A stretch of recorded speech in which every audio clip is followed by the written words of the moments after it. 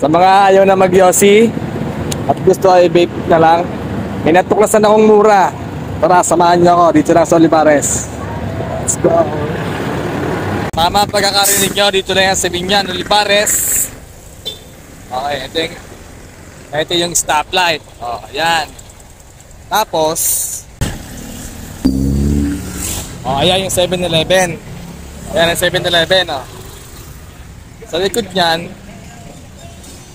nagtatago ang isang sikreto na bentahan ng vape shop. What? Sa mismong baba lamang ng overpass na yan. Overpass na yan. Sa baba niyan, andun yung vape shop. Ayan, oh. Ayan. Ayan ang Vapor-G. Dito nyo na matatagpuan sa baba ng overpass. Ayan, oh.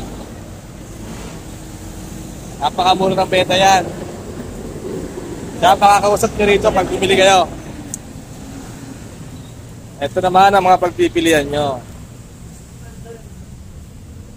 Oops. Quality yan to. No, naka-promo. 500, dalawa. O, dalawa 500. Tapos no? may free dispo. Tapos may previous pa nito. Yan, okay. Wow. Previous niya, kuya.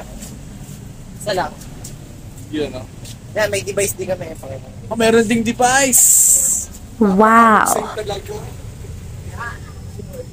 Yan, 150 lang yan. Etong Oneo Ox ba, 850 lang. Tapos may cartridge tayo. Oh my God. Kahit di ka mapapababe ka na lang talaga. Oh my God. Sobrang mura nito. Dalawa 500. Sus. 650 dalawa yan, squeeze. Saka tong Greek. 650 dalawa. Yun, oh. Pag nasa loob ka ng vape, ito makikita mo sa labas. Uy! Geng. Tapos yung mga juice, yung gusto ng juice, meron din juice dito. Ayan.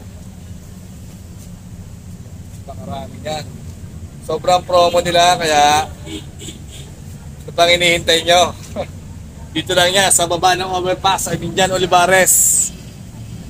Ang Vapor-G Vape Shop. Shoutout kay paring Gian. Ano pang hinihintay nyo? Ito lang pinakamurang vape shop dito sa Olivares, ang Vapor-G Vape Shop. Ayan. Shoutout kay paring Gian. Love you. Ito ay isa sa mga sample ng ilang mga vape na subukan natin kung matapang.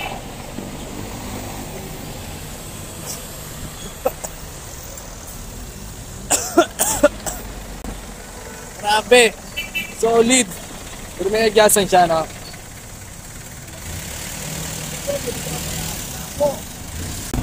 Ayan. Isang patunay na totoo yung vape, no? Hindi siya picture lang, hindi siya video lang. Ito.